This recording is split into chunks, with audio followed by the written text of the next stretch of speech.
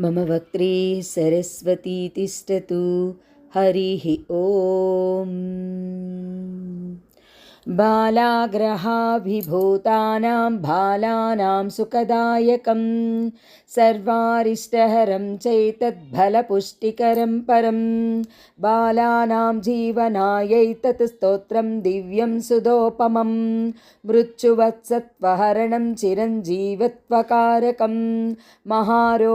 रोगाभिभूतानां भयव्याकुलितात्मवान् सर्वव्याधिकरणं भयघ्नपममृतोपमम् अल्पमृत्युच्चापमृत्युपाटदस्य प्रणश्यति जलाग्निविषशस्त्रारी न हि शृङ्गि भयं तदा गर्भरक्षाकरं स्त्रीणां बालानां जीवनप्रदं महारोगहरं नृणा अल्पमृत्युहरं परं बालवृद्धाश्च तरुणा नरा नार्याश्च दुःखिताः भवन्ति सुखिनः पाठादस्य लोके चिरायुषः।